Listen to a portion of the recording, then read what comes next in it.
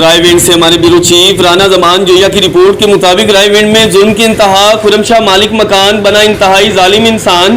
رائے وینڈ مانگا road P S O petrol pump کے پیچھے کرائے پر رہنے والے پردیسیوں کے لیے بنائی جانے والی خرم شاہ کی کالونی بہت سے مسائل کا گڑھ بن گئی۔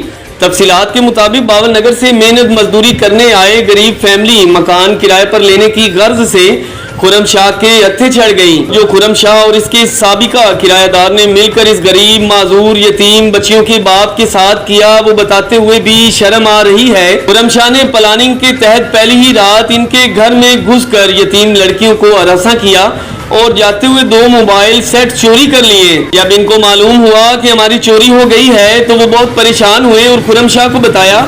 اس نے ٹال مٹول سے کام لیا اور دن گزر گیا۔ دوسری رات پھر غریب فیملی کے گھر چور داخل ہوا۔ اس نے آتے ہی لائٹ آف کی تو کرایہ داروں کو پتہ چل گیا کہ چور ہے اور انہوں نے چور کو پکڑ لیا۔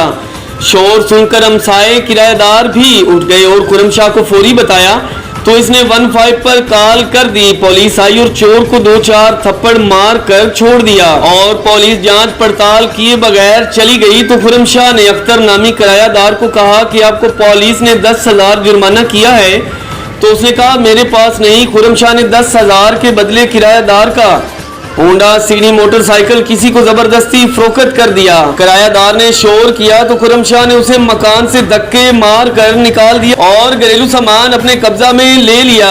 اسے جان سے مارنے کی دھمکیاں دینے لگا۔ مظلوم اختر کی وزیر اعظم شہباز شریف، وزیر اعلیٰ Punjab Mohsin Naqvi, I G Punjab, D S P circle Raiwind اور متعلقہ ایس ایچ او سے پرزور اپیل ہے کہ ظالم سے ان کو مال مسروقہ سامان بھی دلایا جائے اور انصاف بھی۔